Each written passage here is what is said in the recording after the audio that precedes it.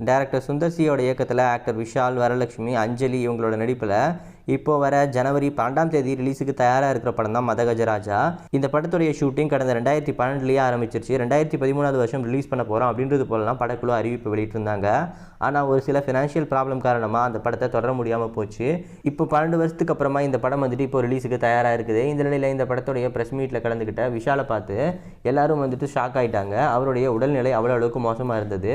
ஒரு மைக்கை கூட பிடிக்க முடியாமல் அவருடைய கை வந்துட்டு நடுக்கினதை பார்த்துட்டு இவருடைய ஹெல்த்துக்கு என்ன ஆச்சு அப்படின்றது போல் ஃபேன்ஸ் எல்லாம் பதறி போய் கேள்வி கேட்டுட்டு இருந்தாங்க.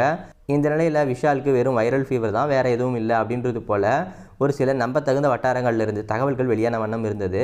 இந்த நிலையில் இப்போது விஷாலுடைய நெருங்கிய நண்பரான ஜெயம் ரவி இப்போது ஒரு இன்டர்வியூவில் விஷாலோட ஹெல்த் பற்றி பதில் சொல்லியிருக்காரு. அதில் அவர் என்ன சொல்லியிருக்காருன்னா, நான் இன்னும் அவனை போய் பார்க்கல, இனிமேல் தான் போய் பார்க்கணும். விஷால் வந்துட்டு ரொம்பவே தைரியமானவன். இது வந்துட்டு அவனுடைய கெட்ட நேரமாக இருக்கலாம், இல்லை இது வந்துட்டு அவனுடைய லைஃப்பில் ஒரு பேட் ஃபேஸாக இருக்கலாம். எதுவாக இருந்தாலும் கண்டிப்பாக இதிலேருந்து அவன் மீண்டு வந்துடுவான்.